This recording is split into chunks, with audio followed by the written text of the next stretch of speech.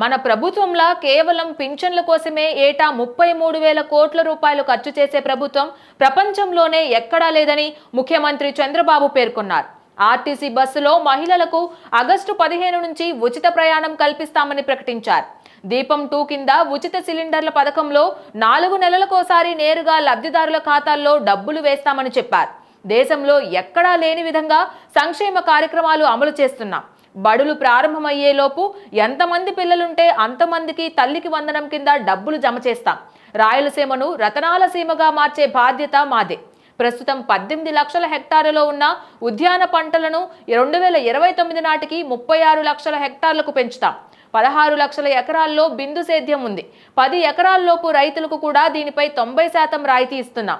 పేదలకు ఉచిత కరెంటుతో పాటు ఎస్సీ, ఎస్టీ, బీసీలకు రాయితీతో ఇంటిపై సౌర విద్యుత్ ప్లాంట్ ఏర్పాటుకు అవకాశం ఇస్తామని చంద్రబాబు తెలిపారు.